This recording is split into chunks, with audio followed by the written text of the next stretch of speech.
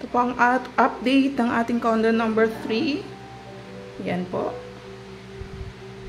42 inches na ang ating TV. Yan, naka-Netflix yan. So,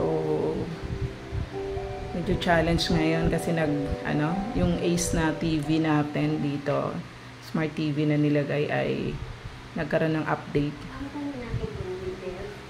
Kaya nagpalit tayo ng TV. So, ayan po guys. So, may sariling internet. Ang unit na to. PLDT Fiber Wi-Fi.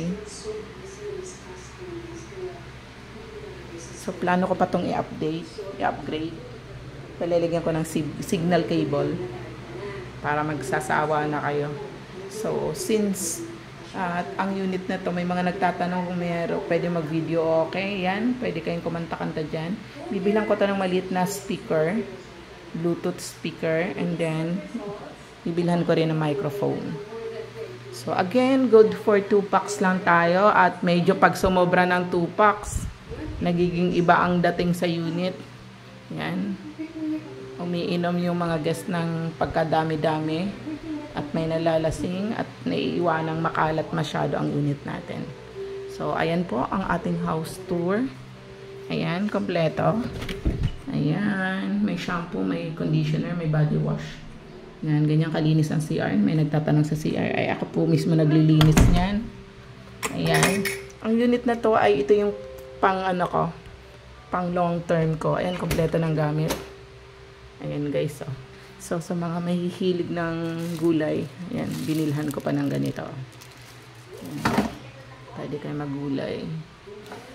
Ayan. 1 HP. Sabi ni guest, malakas ang aircon. Hanabishi, kasi sinasagad nila yan. Kaya solve talaga sila. Ito may sariling washing. Kasi nga pang long term natin to. So, ayan po ang terrace. Wala pang harang. Hindi pa natin napapaharangan kumpara doon sa isa. So, yan guys. Yan po ang update ngayon. May toothbrush, may toothpaste. Ayan, kompleto ng gamit sa kusina. Ayan guys. Libre ang tubig. Ayan, may kumot.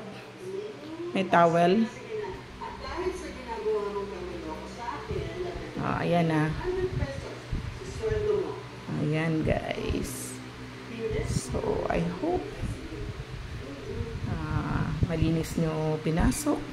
Paglabas nyo, pag naman gawing basurahan ng unit. Ayan. Thank you guys.